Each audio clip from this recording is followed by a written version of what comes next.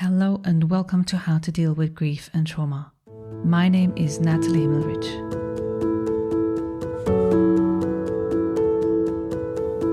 How to Deal with Grief and Trauma is completely self-funded, produced and edited by me, Natalie Himmelrich. Consider making a small donation to support the podcast. Go to bit.ly/support, capital G, capital T, and podcast. I repeat, bit.ly/supportgt podcast. Thank you so much. And for more information, please visit Natalie's website, join the podcast Instagram page, and subscribe to the newsletter to receive updates on future episodes. When I spoke with Gina, I was surprised at how moved I was by the depth of our conversation, even though we just met for the first time. Gina has not only experienced multiple losses herself, but she's also working as a therapist with clients dealing with loss. Just last week, she's published her first book, a practical guide giving tools and resources helping people while they're grieving. About this week's guest. Gina Moffa is a licensed psychotherapist, mental health educator, and media consultant in New York City. In practice for nearly 2 decades, she has helped thousands of people seeking treatment for trauma, grief, as well as challenging life experiences and transitions. She received her master's degree in social work with a specialty in trauma from New York University. August 22, 2023, her book, Moving On Doesn't Mean Letting Go, A Modern Guide to Navigating Loss, will be on the bookshelves around the world. Please check out Gina's links in the show note and enjoy today's episode. Welcome, Gina. It's so nice to have you on the How to Deal with Grief and Trauma podcast. How are you today? Thank you so much for having me. I'm doing really well. I'm excited to talk about every angle of loss. And I think, I'm a little bit sleepy this morning, but what I think is so good about being in this state is that it allows us to bring in the vulnerability at times so much easier. So I'm really actually glad that we're meeting right now. And I'm glad that you say that, because really How to Deal with Grief and Trauma is about people allowing us, the listener, to lean into what has shaped your life in terms of grief and loss, and to maybe gather some ideas on how they can deal, the listeners, with their grief and trauma. So thank you for your willingness to be here and be open and vulnerable and authentic. So why don't we start with the way I start with each of my guests, by you sharing us a little bit about how your life has shaped you in regards to grief, loss, and trauma. Absolutely. I came into the field as a licensed clinical social worker, so I was always very interested in the human heart and all of its achings. And I started out as a trauma therapist, and it's something that we, as Western society, didn't know much about trauma, and so it was very interesting. It happened after September 11th, and I'm from New York City, and we had a as you may know, very large trauma there with a lot of loss, and it was the first time that people really in the West, or at least in the United States, came to understand what PTSD was. But one of the things, as I started to study more about trauma, that I realized was missing was that nobody was really talking about loss and grief. We could talk about a before and an after, but mostly in a trauma sense.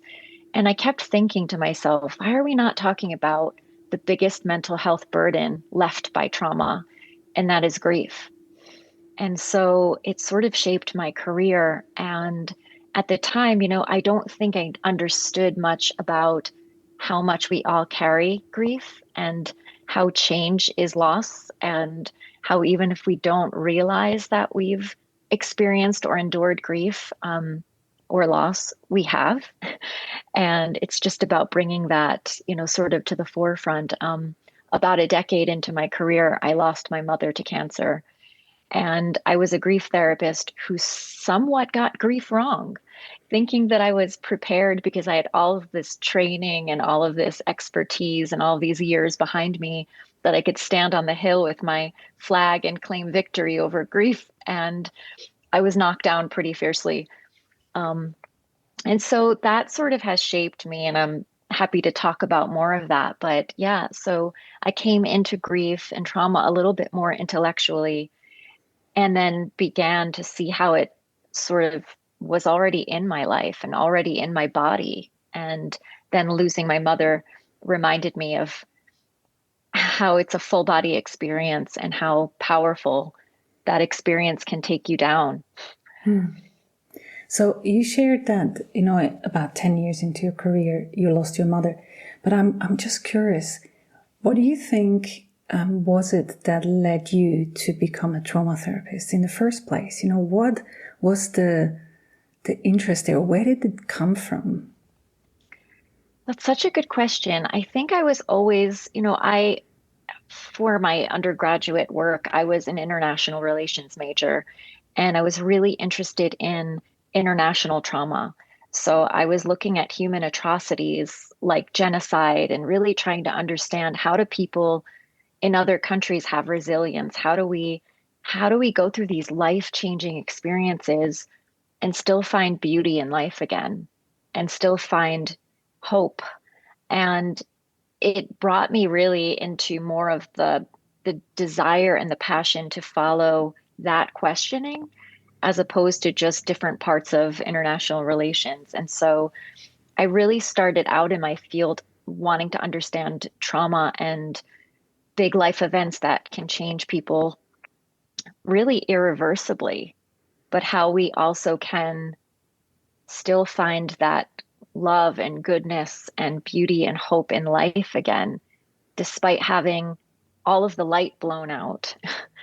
And so I wish I could really pinpoint the moment, but I think that traveling abroad and, you know, working in different countries within Africa really helped me to sort of want to understand deeper, really, how communities and how people come back from incredible loss and incredible trauma. Um, and I find that a lot of other countries sometimes have done it better than the West. And we spoke just before we started recording about our personal lives into what led us to where we came from. And I shared with you, Gina, that in my life as well, I had this fascination with grief. First with grief, I would say that even in my study for applied psychology, I chose grief and loss as one of my specialties. And I remember I was intrigued to the point where I did a 1-year practice, which is called 1 Year to Live, where you imagine that at the end of the year you were there. And there's a couple of Buddhism, I think it's Buddhist is the background, led practices that you do. And looking back from the point of what I would call my most significant two losses, which is my daughter and my mother within the span of 4 months in between. But I look back and there were losses in my life. And I shared that in the last episode of season 4, a little bit more, where I can see, well, there were many losses in my life. And so you and I, we shared that there's many people do experience loss in their life and they grieve, and they might just not see the significance of that transition. And obviously, just comparing my own losses, not necessarily other people, but from my losses, I can tell the difference between the loss of my daughter and my mother versus the loss of my grandparents, as an example. And still, to some place, there was a preparation. And just, I was smiling when you said, you got grief all wrong. I mean, according to the clients that I served in their losses, I was doing a good job. But looking back, I sort of shake my head and I think, oh my God, how could I have done a good job with the knowledge, more cognitive knowledge that I had, but not the physical, as you said, full body experience that I had, which completely took me to an absolutely different place. So how was that for you? I mean, you said the interest in the field that you studied and the travels that you did for your work, then leading into trauma and then leading into grief, how has it been in your life prior to the loss of your mother when you look back? What kind of losses did you experience when you now look at it through the lens of grief, loss, and trauma? When I look back, I went through a very harrowing divorce many years before I lost my mother. And it felt like I was missing a limb. And, the cycles, the full body, I had lost my appetite. I mean, I was sick. And, I didn't see that as grief. And I just saw that as, look, everybody goes through this. People break up all the time. And, you just kind of keep going. And, there's no real support groups for breakups, and so it made me feel as though society is just that pick up and keep it moving. But, there were many times of my life, within my life, that I could see felt like loss, even the small transitions from college, college to real life, watching other people have children while I was in the middle of getting a divorce and not feeling like that was going to be a possibility for me at all. And really just a lot of even micro losses, within all of that. We lose things like friend groups and routines and plans that we make that nobody really can conceptualize as loss and grief, but really are. And it makes us wonder why things feel so much harder. And it's because there's so many little losses within these big losses that we sometimes don't realize are there until they slowly come to the surface. And so, I mean, I think that you and I are both the same, and we can say that many people have experienced much more loss than they probably ever have even allowed themselves to think about. But if they go back in time slowly and they float back to all of these important life events or experiences that were just about change, there's loss in there and there's grief in there. Even positive changes can bring us grief. So, yeah. It made me think back to one of the trainings that I did in grief recovery, where you do a timeline and you look at all the losses that you've experienced. And when you were talking, I thought, my God, we are so trained. Especially me and my family, I can think about that and a lot of people that I've worked with. We are so trained at discounting our losses. We're discounting, it's not that bad. Or as you were saying, well, everyone experiences a divorce. We have to just get on with it. And I think that the discounting is one part of not allowing ourselves to say, well, no, this is hard. I remember one loss specifically, and I think I spoke about that at some point. It's a simple but symbolic loss where I lost a wallet that was given to me as a present, and I liked it and I loved it. And I took it with me to the fair, and it had like $20 inside to go on a ride or something. And I left it in the bathroom because I took it off. And then when I went back, it was gone. Someone took it and took the money. And I was so devastated. But my parents would say, now they were scolding me because I didn't pay attention. But also they didn't just allow the sadness for the thing that I had lost. And I think it's so symbolic, where from a different perspective of parents, what the child has lost seems trivial, or the parents have the perspective to know, well, it's not a big deal because A, B, C, or things happen and they get new friends or whatever. But I think it's important to start, as you were saying, noticing, counting those little but significant losses.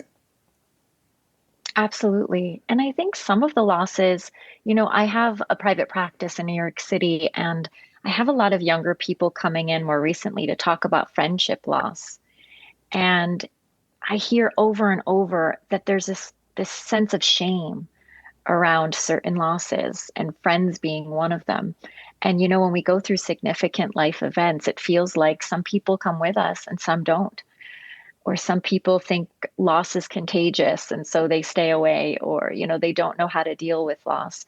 But there are some losses that also bring shame with them. And so it's important to sort of even look at that, because people, when they feel ashamed, don't want to talk about it or don't want to acknowledge that grief because it makes them feel unworthy or unlovable or all of these other things. And it can get really complicated, but it's one of the things that's been coming up a lot in my work. And it's been surprising that so many people have felt like they didn't want to talk about it or that it wasn't really grief related. Um, but, so I always say like grief can be sneaky, So in the way that it shows up. so when you said shame, they were ashamed of the loss or of what? What was the reason for the shame? Was it They guilt were related ashamed. or? Not necessarily, but I think people, for people who lose friendships, it can feel like they're not, and I'm speaking broadly based on, some of the people that are coming to see me, but, feeling ashamed that they even lost friends to begin with, or that they have to talk about how they've lost friends, or the shame of not really understanding what happened. Um, but there's a shame that comes with a friendship loss because female friendships are so intimate and we rely on them as women a lot for that sense of intimacy. And I think the shame can feel like maybe I'm not also not lovable, or I don't feel worthy of this camaraderie or this, deep intimacy. Um, and it's something I'm exploring right now with the work because it's something new that I think people, maybe perhaps since COVID, where people started to kind of, obviously people went their own ways and there were a lot of changes in people's lives, but I think perhaps big things in our lives, big life events, losses can make us really question who we have around us and what that feels like. And I think, but being on the receiving end of being, I guess, dumped or, left, abandoned, all of these words can feel really shame inducing. Yeah. And so this is something new that's happening in my practice that people they didn't really identify as grief itself. So I'd love for us to go back again to the loss of your mother, because Sure. you alluded a little bit to how you thought you were prepared and then you fell down. Share a little bit more maybe with the listener. How did you find yourself after that loss, in a way that you might have not expected, and how did you deal with that? At the time I lost my mother, I actually, all in the span of 1 week, got notice that a job where I was working as a clinical director with kids closed down very abruptly. Actually, I was at the cemetery burying my mother when I got the call that they were closing the building and to come and get my things. I traveled back home after losing her, and got a notice under my door that my apartment building had been sold and I would need to find a new house. And so I have to say this, I didn't have a lot of time. I didn't have the luxury of grieving at that particular time because I needed to find a new job and a new home. And in New York City, basically, it's very hard to get, nearly impossible to get a new home without a job, simply because of the paperwork. Yeah. And so I had to put grief and feelings and emotions on the back burner. And what that did for me is I got very sick physically. I wound up with a thyroid disorder. I wound up, in a prediabetes stage. And my body basically took over. And from my neck up, I thought, okay, I'm doing this really well. I'm just getting through. I'm getting through all of the hard things and I'm keeping it moving. And I got a new job right away and finding a new place to live. And I'm doing this. But my body was breaking down slowly, slowly, slowly. And it took several months for me to realize that the grief was manifesting in my body and that I wasn't taking proper care of myself and I wasn't nourishing. I wasn't stopping to drink enough water. I wound up in the hospital with pancreatitis. I mean, it was really dramatic after she died. But I want to say it's because I really didn't feel like I was I wasn't allowing the grief experience to be what it was and what it needed to be. So I came out of that by really realizing that this was grief talking to me, that I was I was failing at being a good grief student with myself, right? And I'm saying that in jest, right? Because we don't fail at grief, but it can certainly feel that way. Mm. And it wasn't, and that's not something that, people, you can hear that. I'm sure you hear that all the time. I'm doing this wrong, or, I feel stuck or whatever. And I felt all of those things that I tell people, no, of course you're not stuck. Of course you're doing it right. You can't fail at loss. Um, but I think for me, and something I think a lot of people forget to do, is to come back to basics. And when in doubt, to come back to our body and make sure that it's nourished and make sure that it's rested and make sure that we're moving, and not too fast, right? So that the cortisol doesn't add up, and that we're surrounding ourselves with a really strong support system, and that we feel safe to feel what we feel around people, um, around the right people. But for me, it was really having to slow everything down and say, okay, Gina, you need to drink at least 8 glasses of water a day. You need to sleep. You need to take care of your body and go out for a walk. You need to be in nature if you can. New York City is hard for that, but we do have a big park. And so that's really what helped me, was really coming back to basics. And I think we can become very overwhelmed when grieving about the things we have to do and get done. And are we feeling the right things? And what happens if were in this quote unquote stage for too long, And I think we get very bogged down with a lot of that intellectualizing. And for me, I say over and over again now at this particular time in my career, which is, we have to pay more attention to the body because grief lives in our body. And so that's really how I came out of it, but it was really clumsily. And, I would have liked to have not gone through all of that physical pain and an illness, which I still sort of deal with from time to time. But it was a very good lesson, and it's helped me to be a better therapist in working with people, for sure.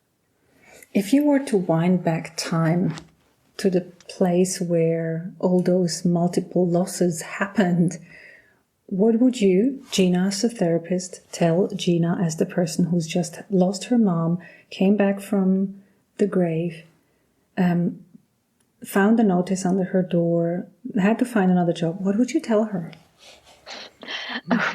I would probably tell her that, to pretend she was an air traffic controller and to only land one plane at a time, because trying to land all of those planes at a time would end in catastrophe, which is what I was trying to do. Okay. And that's why I say always I had to slow it down. So I would really tell myself, let's just land one plane at a time. What is the plane we have to land first? How about we take care of our bodies? Because grief takes endurance. And if you're not feeling strong, you won't be able to do all of these other things that you want to do, even if it doesn't feel important. I would say, even if it doesn't feel like you're hungry, eat. Even if you don't feel thirsty, drink water, because what you have ahead of you will take all of the physical endurance that you have for an indeterminate amount of time. So, so one plane at a time. And that first plane is making sure that your body is being nourished and taken well care of. Then we can land the other planes. And I can hear Gina at the time saying like, well, but I need to find an apartment. I need to find a job. I mean, this is important. We're in New York. 100%. That would be me. And it can feel so overwhelming. I would say, I don't have time for that. I don't have time. I don't have time to eat. I don't have time to sleep. I have to find a job. I have to get income so I can get a letter, so I can get an apartment, and, and I didn't add this to the story, but a restaurant that I used to go to after I went through my very big breakup, I became a regular at this restaurant. It was sort of a joke, but it was called my headquarters. I loved this restaurant. And when I came back from New York and got the notice under my door, I went to the restaurant and they were closing very abruptly. So it was just loss upon loss upon loss. And I just didn't have any more room in my brain to process another thing. It was just total overwhelmed for me. And so I kept just saying, I don't have time for anything. I don't have time to feel. I have to just keep going and keep moving, and people need me, and there's obligations, and I have to take care of my dad. And, I think a lot of caregivers and parents can understand that it can feel like you don't have the bandwidth or you don't have the time because you have other things. And, United States bereavement policy is pretty poor for a lot of people. So some people have to go back to work. That was part of me. I wasn't a trust fund child, so I needed to have income. Mm. And so it was really stressful. And I remember just that sense of just my brain going in circles of all of the things it needed to do. And not one of the things on that list was to slow down, to feel what I needed to feel, to allow myself the grace of grieving and and missing my mother, which Mm. I missed her ferociously because she obviously would know what to say in all of this, and she would have the wisdom and she would have the comfort, and I would always go to her for that. And now she wasn't here, and I was in a tailspin of trying to figure it all out on my own. And yeah, it was a really complicated, tender time, but very, very painful, obviously. Mm. And it's interesting when you talk about that still, that I can still hear the Gina that at that time would say, yeah, but I need those things. It seems like equally important to have a job and a home. As you were saying, it's difficult to have one without the other. But then also to look after yourself while grieving. And I guess from my experience, people only come to me when they're already past that money goes into a place where they can't handle anymore, be that emotionally, physically, or environmentally with the people around them, or something happens where they say, I can't do it anymore. I liked your metaphor about landing one plane at a time. I use the metaphor from the other side of the plane. I say, well, you have to put your own mask on first before you can help others around you, because if you don't have oxygen, then Very doesn't true. help. So, and the oxygen is the self-care in whatever form it comes. So now true. you also work with clients, and you mentioned that before in your practice, and you also wrote a book. Why don't you talk a little bit about the book and what brought you to write the book? Sure. Well, I work with a lot of younger people in my private practice. So I would say, from 19 on, probably to 40, but a good majority of them are in their 20s. And around COVID, I had a lot more people coming to me with loss, whether it was, the loss of family members, some people, multiple family members to COVID, and or livelihood. People lost jobs and homes. There was a lot happening during COVID. And I was seeing people and they kept saying, can you recommend a book? Can you recommend a book? And, you and I both know there's a lot of books on grief, but everything I was suggesting just wasn't hitting them in the right way. And one of my clients said, well, why don't you write a book? Because when you talk to me, I actually feel like I'm being heard. And I thought to myself, and I should also add that at the time that I was getting a lot of phone calls from people in other states and, more rural places within the country. And I'm licensed in New York State, so I really can't help people outside of that, at least right now before I started coaching business. But I felt like I wanted to give as close to grief therapy as possible to people who didn't have access to it, and younger people. So I created a book that was it's called Moving On Doesn't Mean Letting Go, and it's a little bit facetious, as in, many people say just move on, you've got to move on, you've got to let go. And it's like, really, it's even if I move on, I don't let go. I bring people with me, I bring things, we don't let go. So Exactly. so I wrote the book, and it's called Moving On Doesn't Mean Letting Go, A Modern Guide to Navigating Loss, so that I felt really strongly about creating something that was more clinically oriented, but also my own story of loss and how I got through it clumsily again, sharing a lot of stories about my clients and how they've gotten through it, but also giving tools and resources and and a lot of exercises to help people with things we don't think about, like how do I tell people I don't want to go to their wedding, Or how do I make plans for things to be out in the world if I'm triggered by a grief memory and it takes me down? How do I get past that? Or how do I get up again? What do I tell people when they say I've been grieving for too long now? And so it's pretty practical, but also my hope is that it's reflective and it's funny when you write a book and you're kind of shy about it, but it's my hope is that it would feel like you're in a room with me and we're talking heart to heart, intimately and authentically and with deep care and reverence for what you've been through and deep respect, um, finding beauty in the pain and also just acknowledging all of it, the full body experience, the trauma. And, so many people don't understand that even if you haven't had a traumatic loss, that it can feel traumatizing, and really helping to normalize some of those things that you may be experiencing, but nobody is talking about for you, and how to help you get through that. So, my hope is that this book is really just to help people through those initial stages, but as well as helping people when grief reawakens, as you and I both know it does, and how to prepare for those moments and be tender with ourselves and find self-compassion in those moments. Beautiful. That's a long description, but No, but very, very well. I think when you talked about it, I'm reminded that by those people who give me feedback for the podcast who say, I don't want to go to therapy, but listening to the podcast is really good. And so us talking, we can have people sort of look through the door, through an angle into our practice and say, well, if you were to come and see someone that is really attuned to you, that you feel comfortable with, this is what we would ask you. So let's just pretend. I think that's really nice for people who, for whatever reason, don't want to or can't afford or don't feel that it is right for them.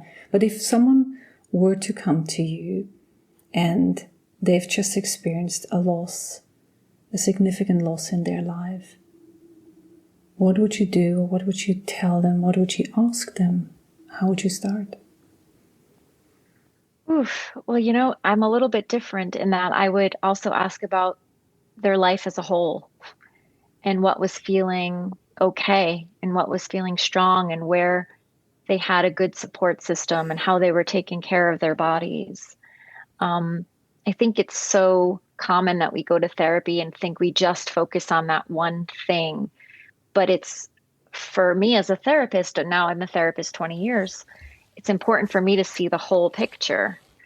And that helps me to help you navigate through the things, through the dark tunnels and the sticky tar pit, and also how to navigate relationships, which is really hard after loss, Exactly. and rebuilding. So, you know, although I want to know about your loss 100% for sure, I want to know about you as a person.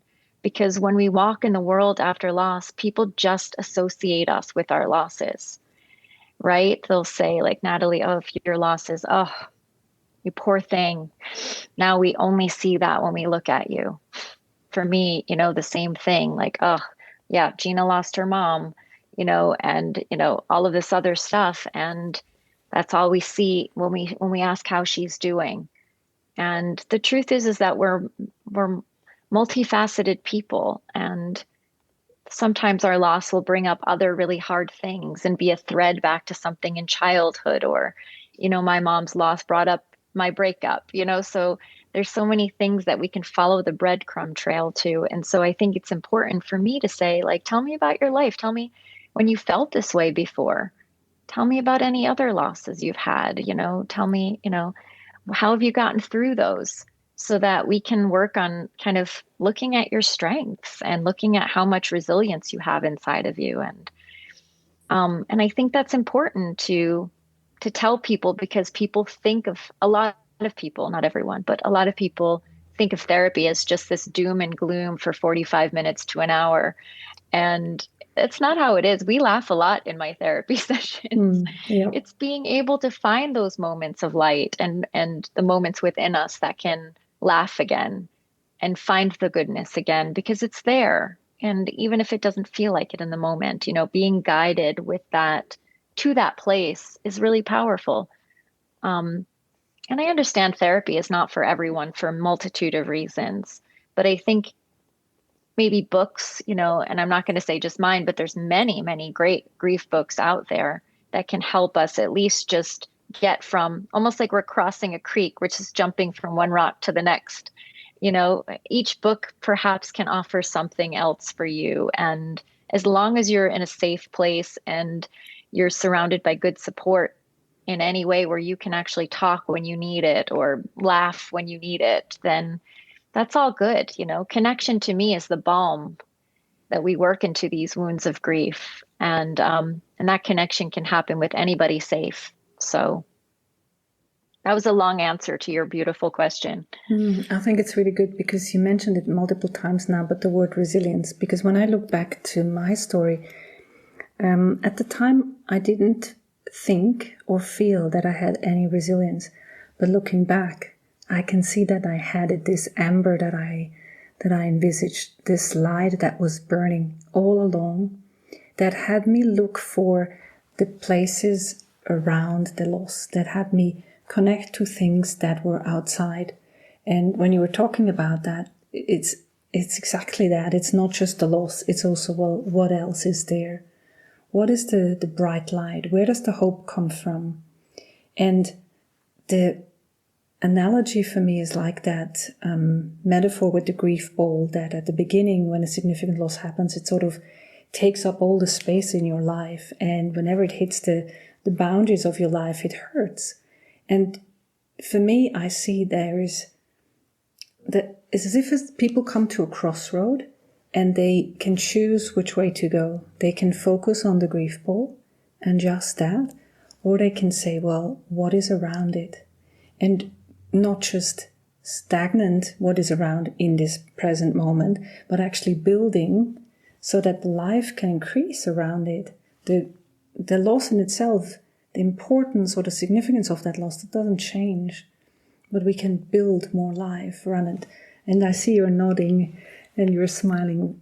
How would you describe it in terms of resilience? Well, how do you see people come through or with a loss to a place where they can tap into their resilience? What do you see with your clients or with yourself even after the loss of your mother? What resources and insight have helped you?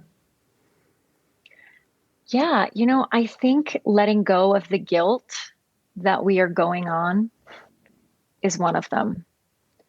And that it's okay to live. It's okay to find joy, and it's okay to keep surviving and to find thriving, and to almost drop the knife to our throats that we can have to keep us in this place where we think if they're not here, we can't go on, or how could we since they didn't? And I think that's a big part of it, is to allow that, is the allowance to live. And within that life, you can't help but be bombarded by beauty. You really can't. If you make the decision to keep on going in spite of the pain and in spite of that deep void inside of you, it inevitably does slowly get filled by the wonder. And these little moments, even if they're very tiny and fleeting, that life is there, and that life does unfortunately go on. And we unfortunately sometimes go on with it. But within that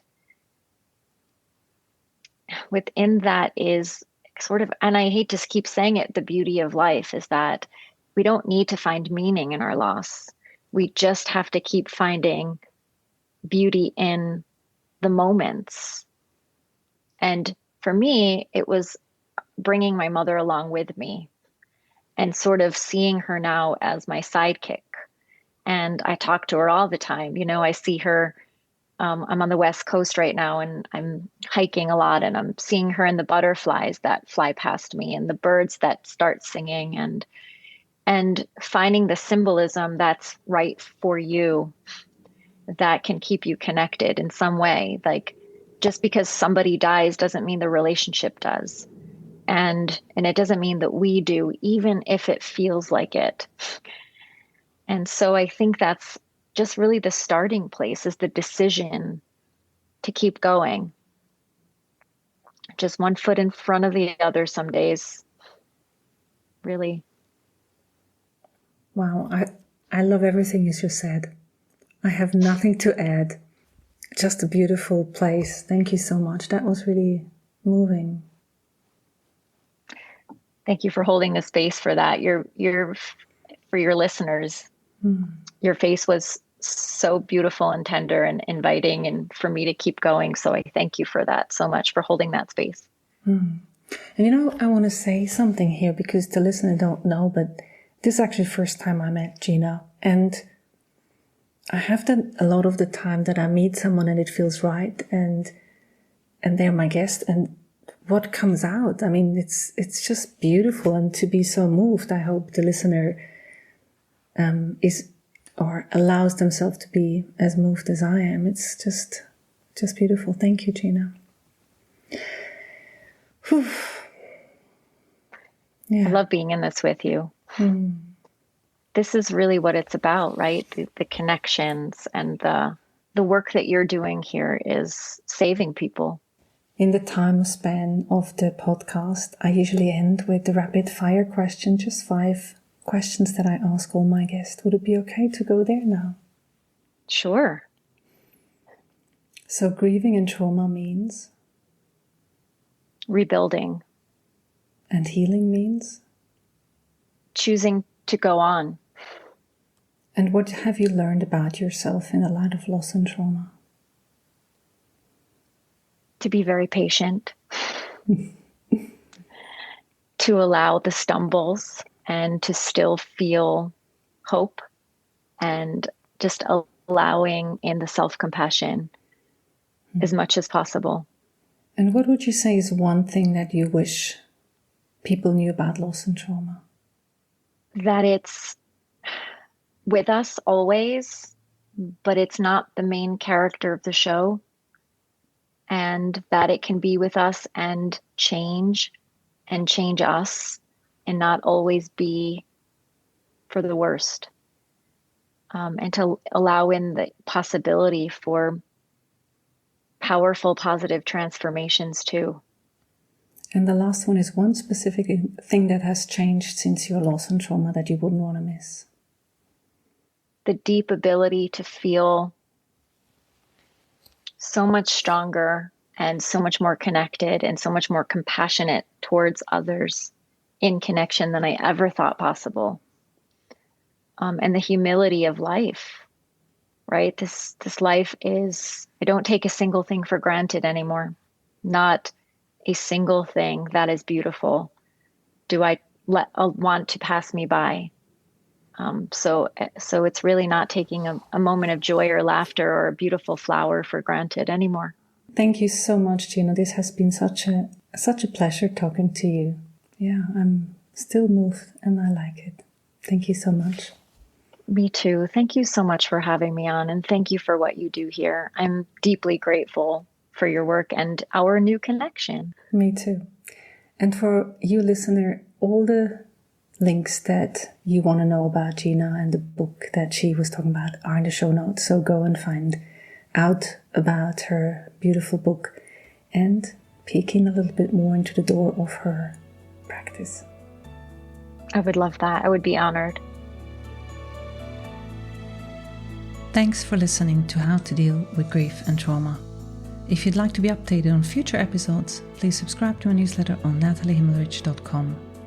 If you need grief support, please contact me for a 30 minutes free discovery session.